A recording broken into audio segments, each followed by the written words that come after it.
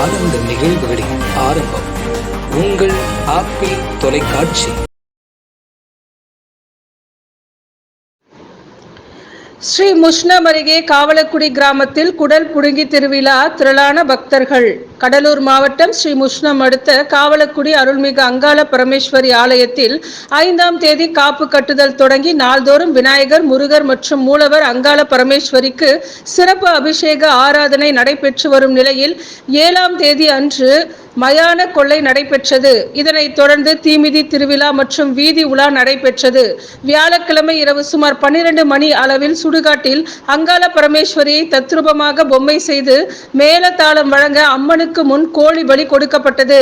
இதனை அடுத்து கோழியின் உடலில் உள்ள குடலை அங்காள பரமேஸ்வரி வேடமிட்ட செந்தில் தத்துவமாக பிடுங்கி பக்தர்கள் முன் காண்பித்து பின்னர் கோயில் வரை எடுத்து வந்ததும் அங்குள்ள பக்தர்கள் அங்காள பரமேஸ்வரி தத்துவமாக நேரில் பார்த்தது போல் காட்சியளித்தனர். இதனைத் தொடர்ந்து அங்குள்ள பக்தர்கள் சிலர் சாமி ஆடியதும் இதனால் அனைத்து பக்தர்களும் அங்காள பரமேஸ்வரி என கோஷம் எழுப்பினர்.